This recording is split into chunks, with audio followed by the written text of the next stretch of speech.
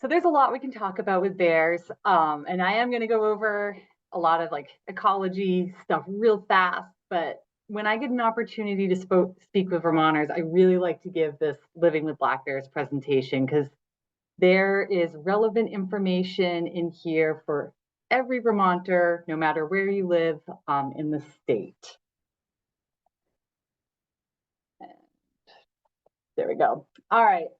Before I get into everything, I'm just going to quickly, review the mission of Vermont Fish and Wildlife, which again is the department I work for. And our mission is the conservation of Vermont's fish, wildlife, plants, and their habitats for the people of Vermont. So this is obviously a really big, broad mission. And we don't necessarily have the resources to have like a super detailed conservation program for every species in Vermont, but black bears are one that we prioritize. And so before I get into the nuts and bolts of black bears, I think there's just some key things that are really helpful for everyone to understand. The first is that these are relatively long-lived species. So the oldest black bear on record was 39 years old. And I think that sometimes surprises folks that they can live multiple decades. They're also a relatively intelligent animal. And what's important to really know about them specifically as it comes to intelligence is that they're very good problem solvers, and they also have long memories. And so they're learning through the course of that long life and remembering those things and experiences that they've had. Another really key thing to understand about bears is that their most powerful sense is their sense of smell. And that can make them a little hard for us to relate to because in the animal world, our sense of smell is pretty much on the poor end, whereas bears are way up at the exceptional end. So they're perceiving the world around them in ways that we can't always relate to. And then bears are also opportunistic omnivores.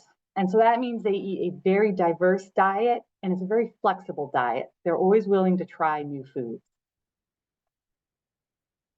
And so here in Vermont, there's a lot of different foods that black bears rely on, but really the key type of food that they rely on are plants. And so they will eat vegetation directly, like different grasses, leaves as they're first emerging in the spring. But the real bread and butter of their diet are really the fruits of plants. And so we as biologists often refer to as mast. And so we put mast into two different types of categories. There's soft mast, which are those fruits that are soft and squishy, like blackberries and blueberries, cherries, apples, and then hard mast, which are, a type of fruit that has a hard shell around it. So here in Vermont, acorns and beech nuts are really the two dominant hard mast options. And then, of course, they will also eat a lot of insects, and they will eat meat opportunistically. So they will scavenge carcasses. They will predate on newborn deer fawns and moose calves in the spring. They eat bird eggs, bird nestlings. Again, very diverse diet. But really, if you want to understand the foods that support bears, you really have to think about plants and the places that those plants need to grow. And of all the plants, again, hard mast, so those nuts are really the real critical food for bears. A big part of that is because they ripen in the fall as bears are preparing to hibernate for the winter. And in Vermont, beech nuts are really their preferred hard mast option. So in some parts of Vermont, oaks are really not available, and so beech nuts are all there is. But research has shown that even in areas where you have both acorns and beech nuts, bears will select beech nuts over acorns. And for anyone who's ever tried eating a red oak acorn versus a beech nut, you can very easily tell why. A beech nut actually is pretty tasty for a wild nut. They're really high in protein and fats that bears rely on to pack on weight as they prepare for winter. And so, as you're spending time out in the woods, there's things to look for, like you can see in these images here. And so because beech have such thin bark, bears will sometimes climb them to feed on the nuts directly from the trees. And as they climb up and down those trees, their claws leave scratch marks that form these big scars over time as the tree continues to grow. Or if you look up into the canopy, you'll see in the center image all these broken branches, which a lot of people refer to as bear nests or bear baskets. And for reasons we don't fully understand, bears will climb certain beech trees over and over again, and then other beech trees they never climb. And just because they didn't climb a beech tree doesn't mean they're not foraging from it. They spend a lot of time actually foraging from the ground after the nuts fall. But these scar marks make areas where there's concentrations of beech trees that attract bears very easy for us to identify. And so it's a type of habitat that we really try to prioritize conserving and protecting throughout the state. And a big part of why we prioritize protecting concentrations of these bear-scarred beech is because research has shown that, like I already said, bears will select beech nuts as their preferred fall food. But another cool thing has happened where beech trees tend to only produce nuts every other year. So they're kind of like a boom and bust species in terms of their crop production. Well, adult female bears only give birth to cubs every other year because those cubs are dependent on their mother for the first year and a half before they go off on their own. So she's only giving birth every other year. And in areas where beech nuts are an important food source for bears, research has found that the bear population will actually synchronize reproduction with those beech nut cycles. And we've seen evidence of that here in Vermont as well, where the majority of your adult female bears are giving birth to cubs during the winter after a good beech nut crop.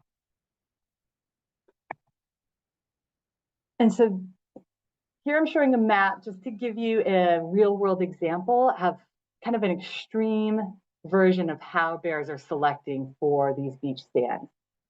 So this is data that we collected as part of a study we were doing for a number of years in like the extreme southern part of Vermont. So just to get you oriented, is my mouse showing up on the screen? Okay, good. So over here, this is the town of Brattleboro, and this is 91 running north-south. This is Route 9 that runs east-west, and this is Bennington over here. And I know this is like the opposite end of the state from where you guys are located, but for anyone who's ventured this far south, this big body of water is Harriman Reservoir, and this is Somerset Reservoir. And so this is the Deerfield River Valley. And you've got Mount Snow right here, and then Stratton way up at the top. So this is an adult female bear that we had collared for a number of years. These yellow dots represent the GPS locations collected by the collar that she was wearing. And these points were collected from late October through mid-November of 2019 in a fall when we had really good beech nut production. And this blue box kind of gives you a rough sense of what we consider her core home range. And so in the end of October, all of a sudden she started making these movements outside of her home range. And she had beech trees in her home range, but not big concentrations of lots of trees. And so she did this big walkabout all the way up to this really big, extensive beech concentration on the south side of Stratton Mountain, where she spent 2 weeks foraging on beech nuts, and then basically beelined it right back to her core home range. I think that she started that movement on November 13th, and by the 15th, she was back in her home range and entered her winter den. And so this, like I said, this is kind of an extreme version. A lot of bears are able to make these shifts into good beech habitat just within their own home range, but certain years, certain stands of beech trees don't produce good nuts. And so this just highlights the amount of space bears need to like adequately find the resources they need to survive. And so now that we kind of have a crash course in some of the foods that bears rely on, we can kind of get into why Vermont Fish and Wildlife prioritizes having a conservation program for bears. And that's because we treat black bears as an umbrella species here in Vermont. And that's because we know for bears to be successful, they need access to different types of wetland habitats to find those foods that they rely on. They need access to young forest habitats to find other types of foods they rely on. And they need access to mature forests to find different foods. And all those foods that I was referring to earlier, they're all only available during different seasons of the year. And they're all also very dependent on the right, temperature, moisture, all sorts of these environmental factors for them to be productive. So bears need to be able to move back and forth between these different habitat types throughout the year. And so if we know we're doing a good job with our bear population, it means we're also doing a good job maintaining wetlands, young forest habitat, mature forest habitat, and a safe connected landscape for bears to move across. And it means we're also providing those spaces for all the other species that rely on them. So that's the crash course in bear ecology. Now we're going to shift gears and start talking about how our lives and bear lives interact on a more regular basis. So this figure here shows the reports that we receive each year from the Vermont public about incidents with bears. And typically, we'll get a handful of people reaching out every year that they saw a bear out in the woods while they're hiking or something like that. But usually people are only calling us if there's an incident where they are concerned about the bear's behavior. So typically the vast majority of these have a negative connotation to them. And so there's two patterns that you should look or focus on with this figure. The first is this alternating pattern, which I kind of highlighted with the gray versus black bars. So we tend to refer to our kind of bear incident years as either a quieter year or a busier year. And the light gray bars are those quieter years, and the black bars are those busier years. And they really alternate every other year. And the interesting thing is that this pattern follows the beech nut production that we see throughout the state. So typically, for example, 2017 was actually a really good beech nut year. We didn't end up having a lot of conflicts that year. 2018, not a good beech nut or acorn year, and we saw a lot of conflicts. And so it kind of fluctuates like that. And then the other kind of obvious pattern you see from this figure is that we're seeing this pretty steady increase over time. And part of this increase is because we have been making it easier for Vermonters to reach out to us for support with dealing with bears. We've been asking Vermonters to reach out to us more. So some of it is just that we're hearing more from people who might not have reached out to us in the past.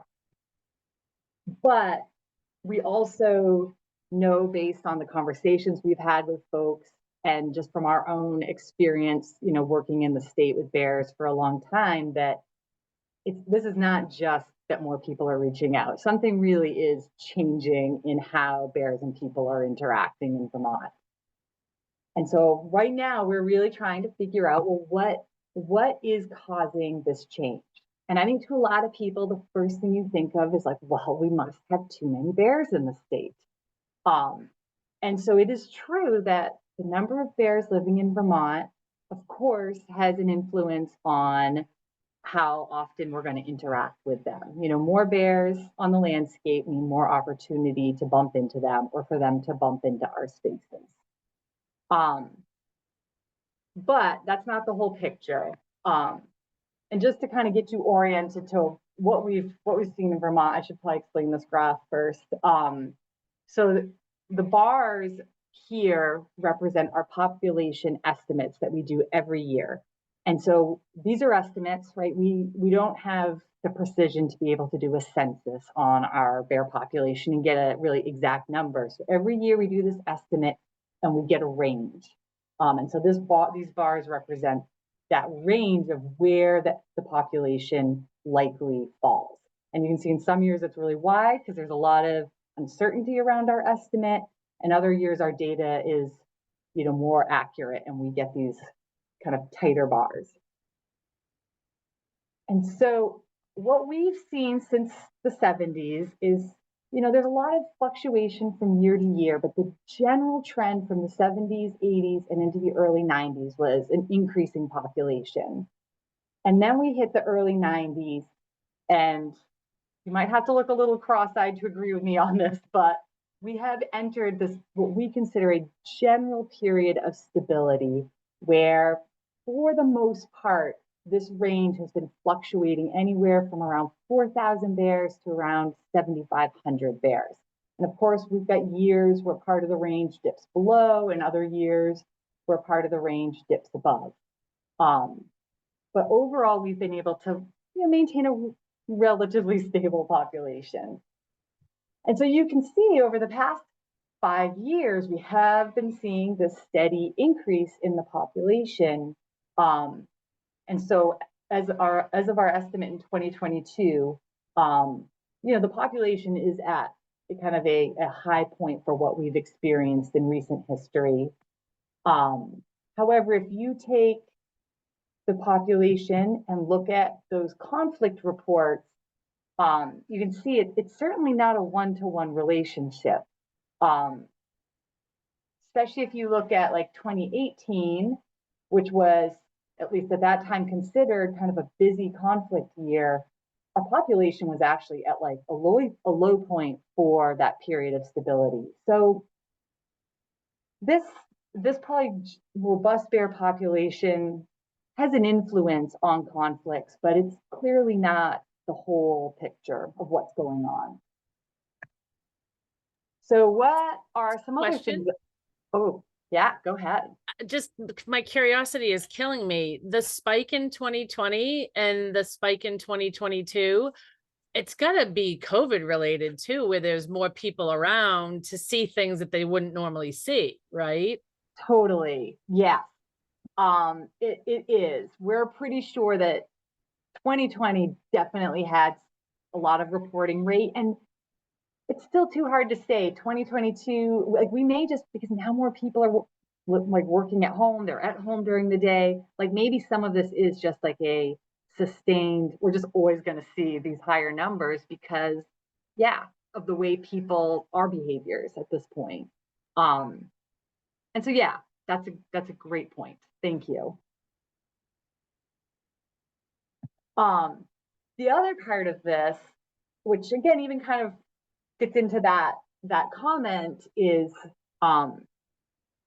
bears have really easy access to what we call human foods. So these are foods that we are introducing onto the landscape.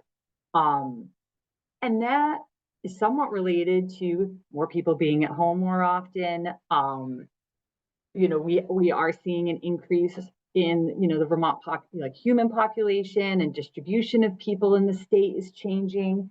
So just like having more bears on the landscape means more opportunity for them to bump into us, the more of us on the landscape, the more opportunity for them to bump into us. So this is, I think, a really important part of this puzzle that we are really working on right now. And if you take all of those reports that we've received from the public and break them down based on, well, what was the root cause of this incident? You see from this pie chart that garbage is by far and away the leading cause of why bears are coming into kind of human-dominated spaces. And then bird feeders are coming in second, but really neck and neck with backyard chickens. Those two each year kind of alternate for who takes second place. And then compost has also been an increasing issue, which again in 2020 was when the food scrap ban went into effect. And so we have a lot of folks learning how to compost, and there's some growing pains with that, of course. And so I think it's interesting to try to think about, well, why what is driving bears to come into, our backyards looking for food? Um, Research is really clear that natural food availability has a big influence on this. Consistently throughout black bear range, folks find that when natural food is abundant, your average bear is going to choose to stay in the woods instead of coming into a backyard or coming into town. And again, we talked about this, like all these foods are usually seasonally available. And if we get something like a hard frost late in the season, a drought, too much rain, that can kind of wreak havoc on some of these food sources that they rely on. And so there may be periods where they are more likely to be looking for food alternatives. Um, the other part of it is that, their nature is that they are a very curious animal who's always trying to find and exploit novel new foods. So even though when food is abundant in the woods, you may have some bears who just are more curious than others and more interested in trying new foods. And whatever the initial cause that brings them into a backyard that first time, because these are long-lived, smart animals, they figure things out pretty quickly. And so it's almost like for any of you who own dogs or trained dogs, think about food rewards for our pets, especially dogs.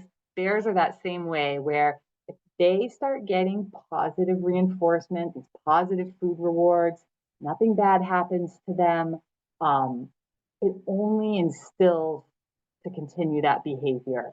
And so that can lead to what we call food conditioning, where now all of a sudden a food conditioned bear is that bear that is just going to regularly be hitting backyards looking for garbage or bird feeders or compost. And foraging for human foods is now just a normal part of its day.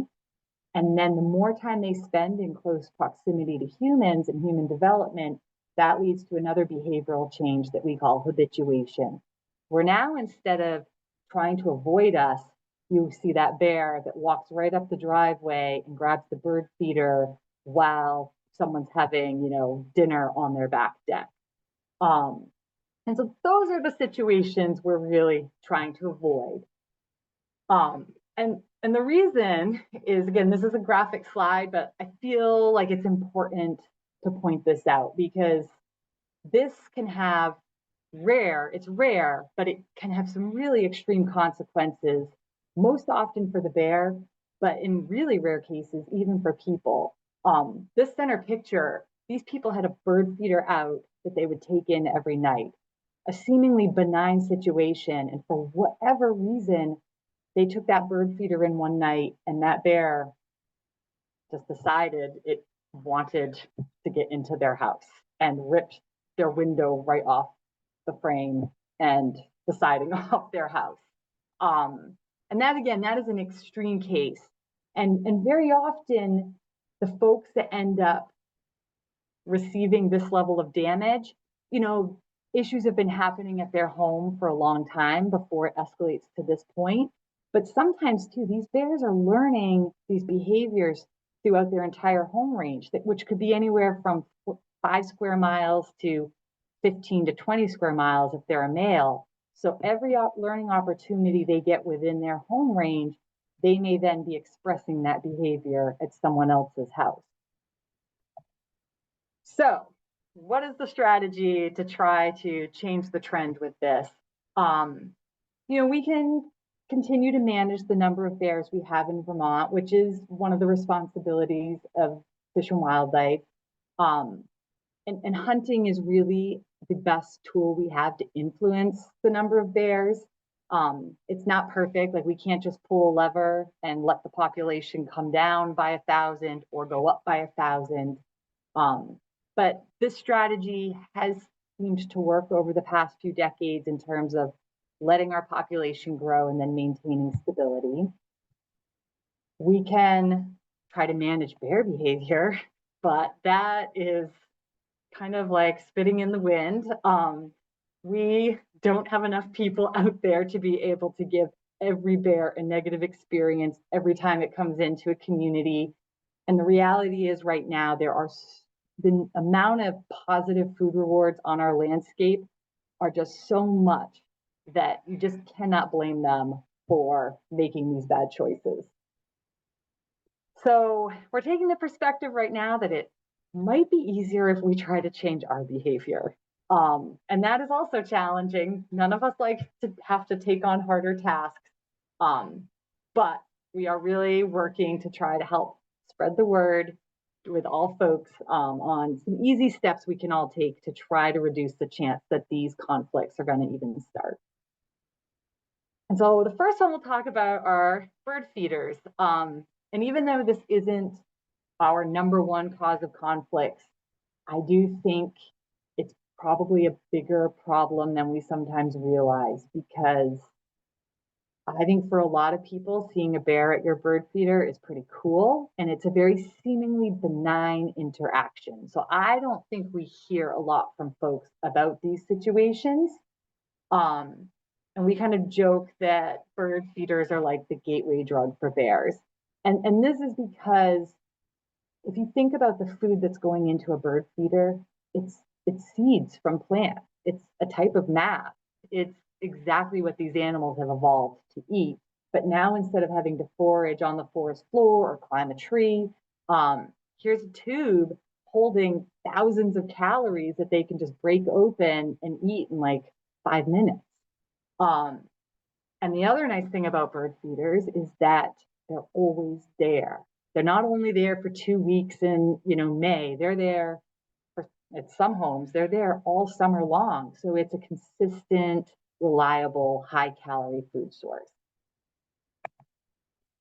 And so, we talk to folks, and some people are like, all right, I understand it's a problem, but I've made my bird feeder bear proof.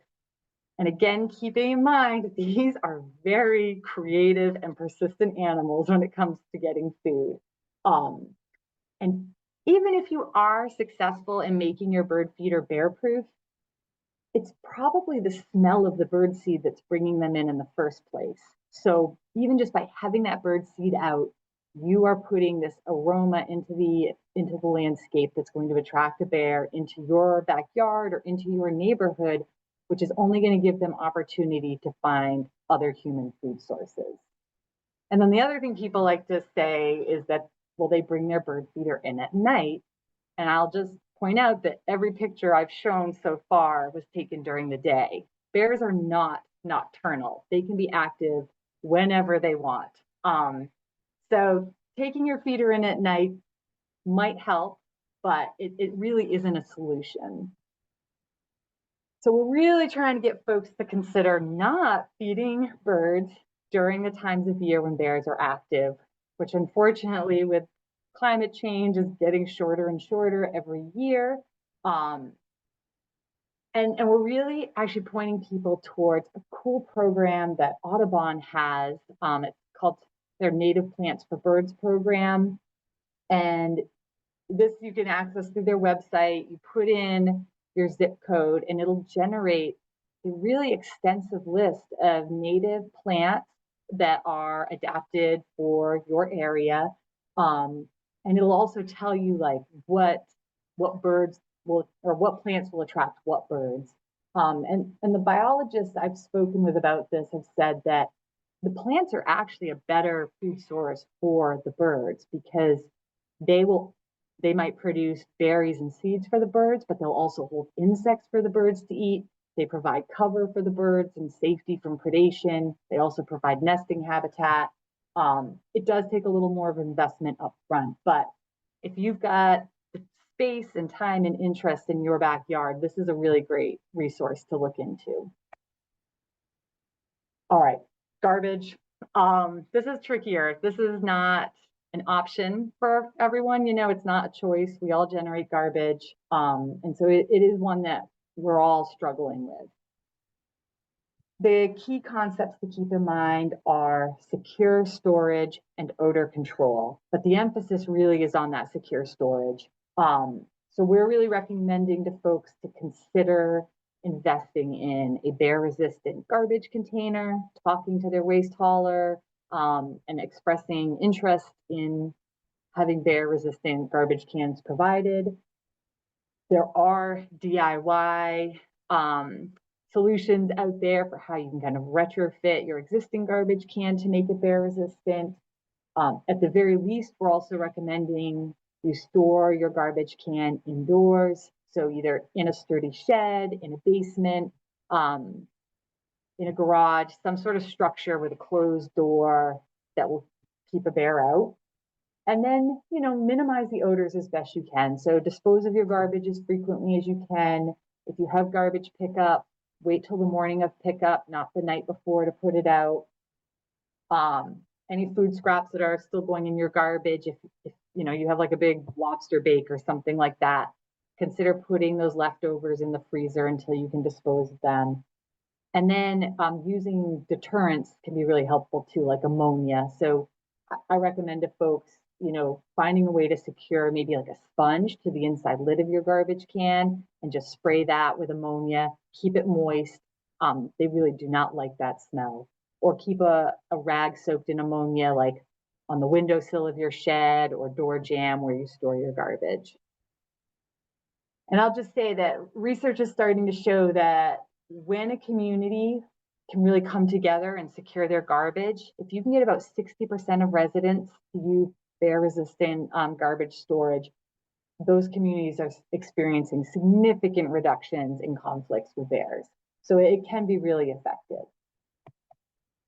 All right, composting, it's kind of the same idea, only we're reversing the focus. Now it's odor control is the key focus. If you're composting, following the proper composting recipe and following all the steps correctly, your compost shouldn't be putting out much odor. So really making sure you're putting 3 parts brown materials into your compost every time you put in green materials. Make sure you are aerating your compost, turning it. We really recommend, if you're doing backyard composting of food scraps, that you invest in a tumbler. They're not necessarily bear resistant, but it's just that extra layer of protection. And don't compost meat and dairy if you're doing backyard composting. And then if you own chickens or bees, electric fencing is a must. And it takes a little getting used to do it the right way to keep bears out. But there's a lot of resources out there. The key things to think about, though, are that you really want some high voltage, like 4,000 to 6,000 volts at least. You need to be testing your voltage regularly. And we actually recommend that you bait it so that the first time they touch it, they're touching it with their nose. Because bears have such long hair that if they hit it with like their shoulder or butt, sometimes it doesn't really have the impact that we need it to have. And that, there's a lot I just covered. I just gave you like the superficial level of it all. So I highly recommend, spending some time on our Living with Bears webpage. We've got a ton of info there. We've got the link to, if you are experiencing a bear issue at your home or in your community, we do want people to report. When you report, all that's happening, like 99% of the time, is you're getting an email back from one of our staff giving you specific advice for your situation. And it's the very rare time where we actually have to engage a game warden or one of us to come out and do anything to deal with the bear. But we are there to help. So it's a great way to just for us to understand what's going on, but also a way for us to share information. And then we've got all sorts of other specifics on that website as well. And yeah, with that, I would love to open it up to more questions.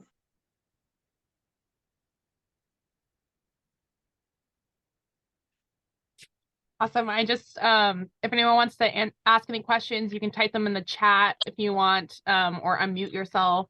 I would love to hear more about the tracking of like the bears and stuff like that. Like I saw the picture of, I'm assuming, a tagged bear. And I also just had do you have a favorite bear that you're tracking at all or something like that? So unfortunately, we're not tracking any at the moment. The data collection part of that study ended in 2021. So yeah, that's what we pulled the last clock, but I did have some favorites. I mean, they're probably all my favorite, but it was a long-term study. looking at the impacts of the Deerfield Wind Energy Project, which is the first wind project built on the national forest land in the country. And it was built right smack dab in the middle of one of the biggest bear scarred beach concentrations that we knew of in southern Vermont and maybe even the entire state. So as part of the permitting process, they did get a state permit, but part of it was to kind of fund a study to evaluate the impact. So we're actually working with a really great research crew randomly out of the University of Alberta, Canada, who are in the final stages of the data analysis for us. And we will hopefully be peddling the cool results from that study maybe by next year, this time next year. But it was a really great experience because because it was a long-term study and we're trying to understand their use of the habitats before the project was built, during construction, and then during the operation. We had some bears collared for 5-6 years, and so you're still only getting a little glimpse into their lives, but you do start to get a sense of different personalities, and you have unique, fun experiences with each of them that are very memorable for sure. And I will say they are all individuals, and that's something to also always think about, which can make them very interesting but challenging to deal with. I see a question from Hannah. Yes, thanks for this presentation. It's been really interesting. I had a question about the population rise that you saw during the pandemic. And I was wondering if potentially that had something to do with, I know a lot of, during that time, folks were seeing a lot more activity in nature and just different phenomenon where nature was kind of rebounding back a bit in places where it hadn't before. I was wondering if maybe the bear population, had felt similar effects. Let me jump back to that, because that might take me a minute. Was so that there were kind of two things that were happening, right? This is the population. So in 2020, we didn't see the population rise. That has happened more over the last couple of years. But if you're referring to the reports of incidents, when that first happened, we did feel like, well, this is an outlier because so many people are home observing stuff. And I will say, if you look at what our numbers were like before 2020, even in 2018 and 2019, when things started jumping, it was still at a manageable level. And then 2020 happened, and we were like, oh my gosh, we are not prepared for this volume of conflicts throughout the state. But then it happened again in 2022, when we were like, okay, let's hope this is still COVID related, but we need to really start hammering down on this more, because this is it's overwhelming for us, but it has the potential to not be good for bears in the long run, because it only creates frustration and people feeling like, ugh, I'm so tired of picking up my garbage because this bear keeps knocking it over. And every time I go on Front Porch Forum, everyone's just talking about bears. And it starts to it's not a guarantee, but it has the potential to erode public view of these animals and their tolerance for them. And so it's something, that we're trying to combat. Is that helpful? Yeah, no, that answers the question. Thank you. This is Janet. I have a question about, is there any kind of early anticipation or expectation of what all the flooding throughout the state in 2023, if that's going to impact the bears at all? Yeah, I've had a couple people ask that. And at this point, we don't have any anticipated concerns. The nice thing about bears is that they do have such big home ranges, and they're such mobile animals that, I heard from one warden of one report of someone seeing a bear floating down, a smaller bear floating down the river during the flood. But I think other than the kind of really rare extreme situations like that, I think the majority of bears were able to kind of avoid those flooded areas.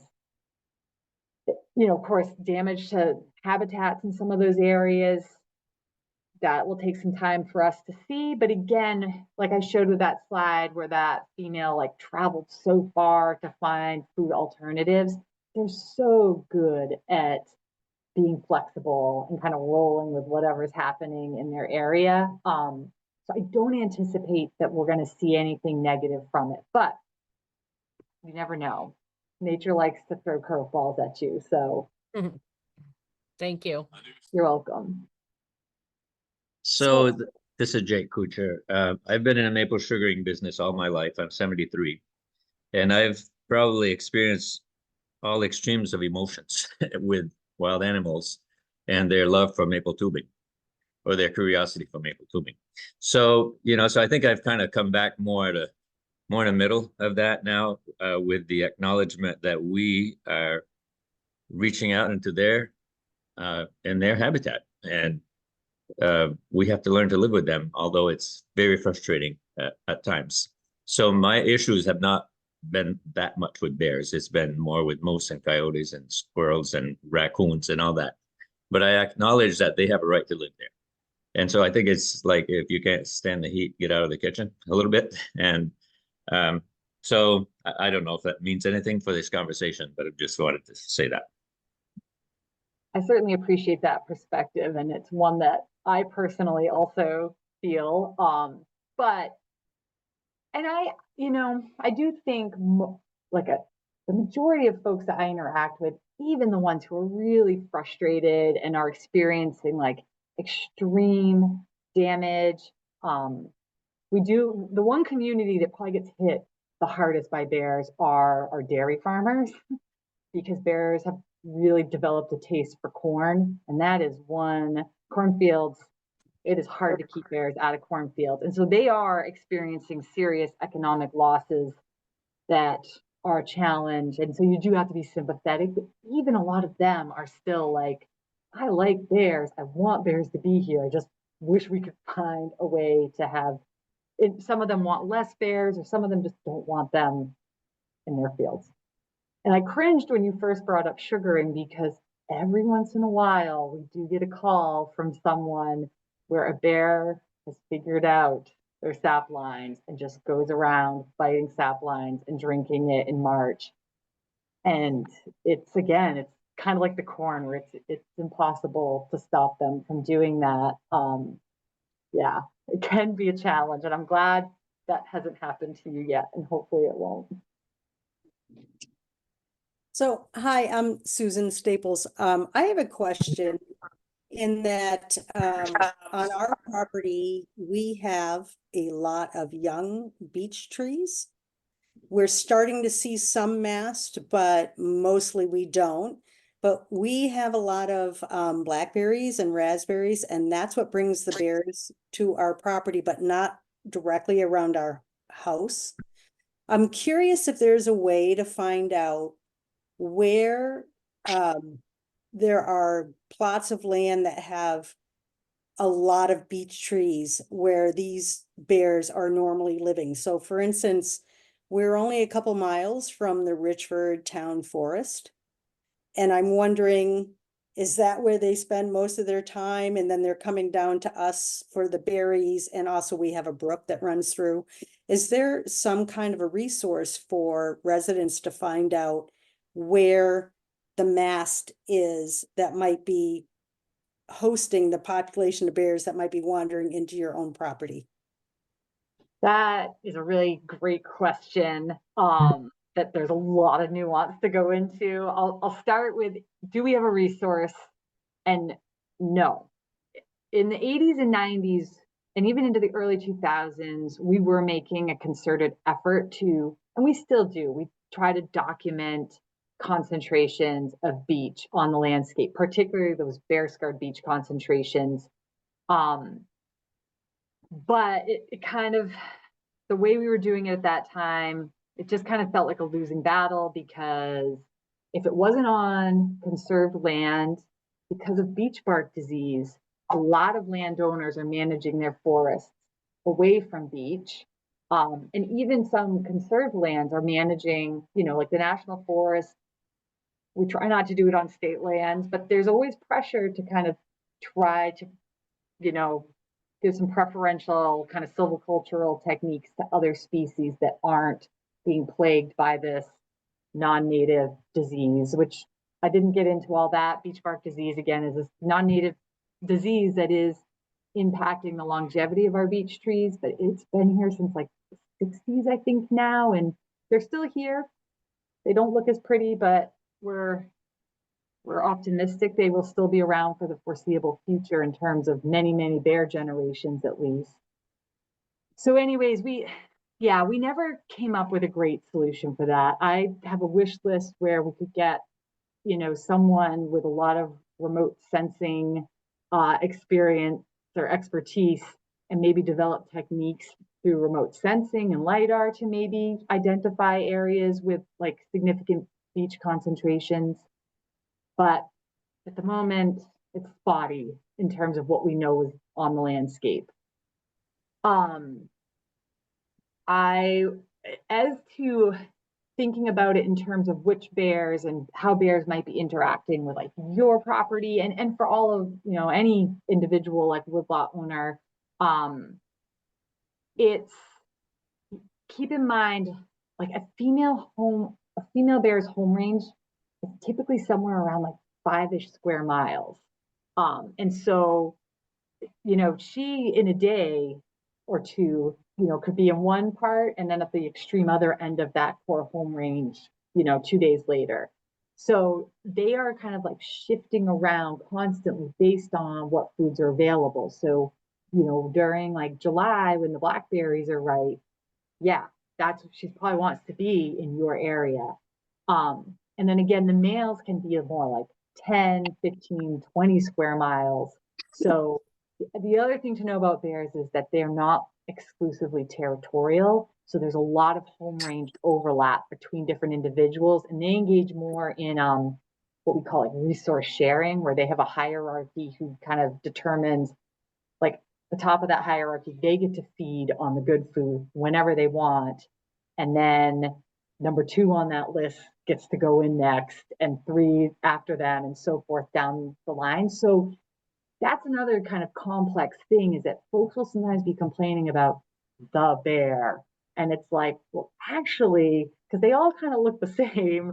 So actually, you've got 4 bears that are taking advantage of this food source that are just coming and going at different times. So to your eye, you're thinking it's always this one bear that lives in my neighborhood.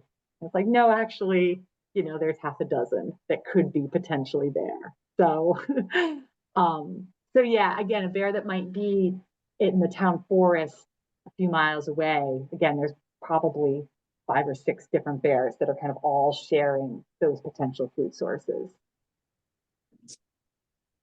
Thank you. You're welcome.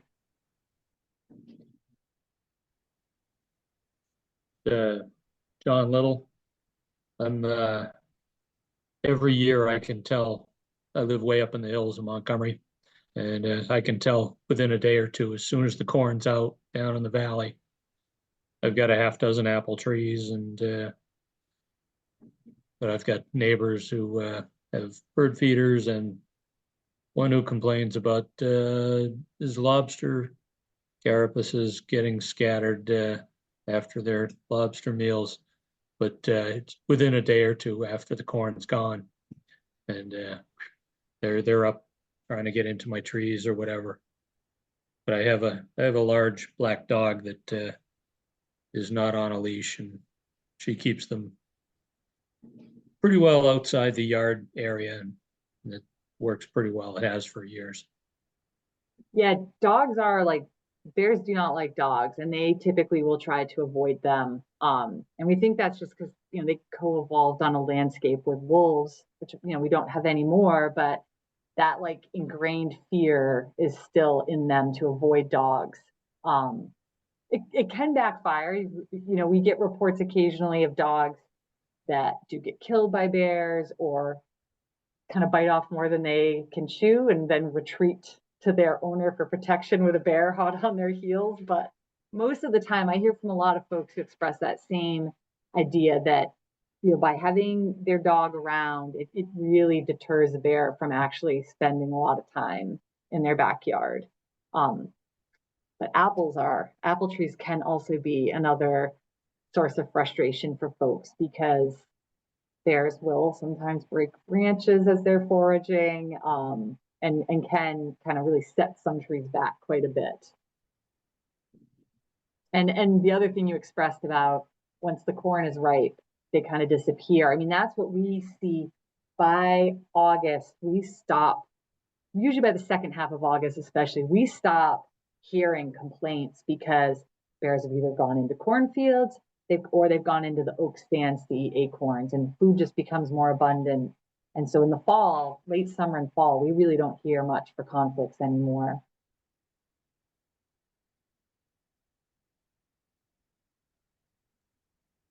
I've seen a couple people come off mute. Jen, did you have a question you wanted to ask?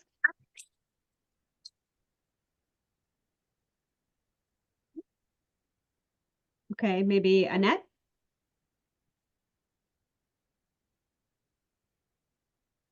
Nope, we've lost No, Annette. the only thing is it's just interesting because I've been now in Vermont a couple years, and it's like I haven't seen any. I'm like, I'm not gonna put out a bird feeder. I have a dog, but she's pretty old. And then I have one barrel outside, but I'm like really careful not putting anything out that's food related. And then like one porch, and it's covered in plastic, heavy, it's enclosed. So, it's like I've seen none at all. And I'm kind of surprised. I thought I probably would over the course of 2.5 years, but I haven't. And I'm really careful with, my garbage that, within a week I'm emptying and going into recycling. So, I really haven't seen anything. I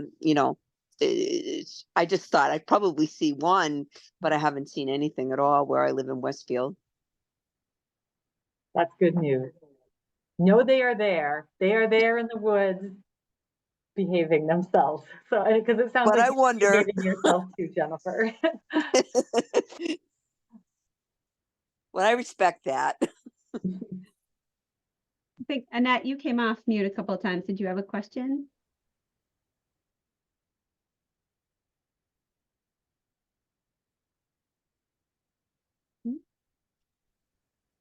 We do have a question in the chat from Russ.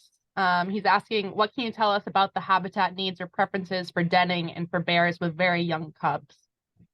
Yeah, great question. From our experience, we've had a couple research projects over the past few decades where we've had bears collared and done den visits and that sort of thing. And in our experience, their preferences are very diverse and varied. And we don't seem to have any shortages of good denning habitat for bears in Vermont. They will use like cavities between rocks or in ledges. They will den inside the cavities of large trees. So that's like something we do recommend for landowners who are managing their woodlot. Like big cavity trees, big dying trees can be really great. Blown over trees, they'll like den under like the base of the trunk and up against the root wad. We've seen where even like a tree has started to tip up and the roots are a little bit elevated and they'll like dig a hole out under that root system and den. And then we've seen them curl up under a young spruce tree and just, hope that we get enough snow and they're almost like in this little kind of tree snow fort for the winter. So there's a lot of good habitat typically, in the woods for them. But yeah, log piles, slash piles, things like that, they also like. And in terms of females with little cubs, they're still utilizing those same habitat types, but early in the spring, they are not traveling super far because those cubs are just not very mobile yet. So usually she's using a very small part of her home range and making really small movements from day to day. But occasionally what females will also do is they'll stash their cubs up a tree, where if they need to like travel farther distances or go into riskier places to access food. And bear cubs, when they are really young, and they are like Velcro, their arms are just like this all the time. Anyway, it's hard to see me, but basically in that like ready to just hug around a tree, because it's just their natural defense is to climb up a tree. And so when we do those den visits, we use drugs to like make the female go to sleep, and so she's not aware of what's going on. But we don't do that with the cubs of the year. People actually have to put them in their jackets to keep them warm because they're not really regulating their body temperature yet. They're relying on the heat of their mother. So while we're working up the mom, someone has to be the cub warmer, which is a terrible job. And some cubs will literally just fall asleep while you're doing that because they're just like any infant baby. But others who are more alert, they're just trying to climb you the whole time because you feel like a tree to them. So they're just trying to shimmy up you, and their little claws hit your face, and they're like Velcro, really sticky. And so again, that's another great thing about Vermont is we've got big trees everywhere. So there's a lot of just natural protection for those cubs to give their mom time to go forage. I have a question about coyotes and the whether they have a big impact on bear population. I don't know, but I doubt it, because of that tree climbing ability. I am sure occasionally coyotes do get a hold of a bear cub, and if they're able to, I'm sure they would try to eat one. But I think that happens at a low enough frequency that it doesn't have an impact. Research from like Western North America, where they still have like wolves and mountain lions on the landscape, actually show there's negative interactions where they're fighting and killing each other or predating on their young. But because of those animals are killing a lot of deer, they're also increasing the amount of carcasses for bears to scavenge on. And bears are kind of good at being bullies when they want something because they're a lot bigger, especially compared to a coyote. So I could also see sometimes bears being able to steal food from coyotes potentially, when coyotes are successful in killing like bigger prey. So I think there's some give and take there, I guess, but I doubt it has like population level effects. This is Jen. I had found a really interesting, it's kind of interesting. It came out this week. It's called Bear Smart on Facebook. It's called bearsmart.com. And they showed the bears while they're hibernating in the tree. It was really cool. And then they just go through basically all the stuff that they do. And it was like the same stories unfolding across North America. It was a really, really good. And they literally showed the bear in the tree doing the whole hibernation during the winter. And then, like what they do while they're hibernating. And even like when they're giving birth. It was a really, really great. It was on Facebook, and it was bearsmart.com. That's cool. I've heard of Bear Smart. They're a group that puts out, again, a lot of good, like how to live with bears information. Another one, which I think I had on my last slide, is Bear Wise, which is bearwise.org. They're another great resource where they put out a lot of really good, easy to understand, simple information, so that you understand something about bears, but also so that you understand kind of some easy changes you can make to better live with them. So yeah, there's a lot of great groups out there, working on behalf of bears. Well, I think we have one more question in the chat, and then I think we have to move on to our business meeting. But thank you, Jaclyn. This has been great. And thanks to everybody for the great engagement, and the good questions. Annette asked, I'm wondering whether you can recommend a good bellwether strategy to either take down bird feeders in the spring or safely put them up in the winter. With this wimpy winter, we didn't really put our feeders up until mid-December. And for years now, April 1st has felt too late to keep them going. It doesn't seem like November 1st to April 1st is not the best way to judge what's best. should we think instead about several days in a row at a certain temperature? I think by December 1, you can start thinking about putting your feeder out. And if we have a lot of snow, go for it. But I think it really is kind of waiting until there's snow. And if we just don't have snow in December, by January, like 97% of the bears will be hibernating. And then I think it's the same. I think by March 1st, you got to start really paying attention. And if it's really mild, no snow, by that, probably by March 1st would be I would recommend that. But if you really love having your bird feeder out, maybe wait till the second week in March. And if it's feeling kind of spring-like, not wintry, I would take it down then. What we see is that female bears with cubs of the year, born that winter in the den, they do not come out of their dens until usually the second week in April, no matter what, because those cubs are just not mobile yet. But every other bear can come out at any time. And so in mild years, we do see where by mid-March, you might have like 30% of your bears already out on the landscape. Oh, great. Well, thank you again, Jaclyn. This was fantastic. This is our second online speaker series, and our next one will be March 21st. That's about native tree propagation. So we hope folks will join us for that as well. We really love hearing from experts around the state about these various topics.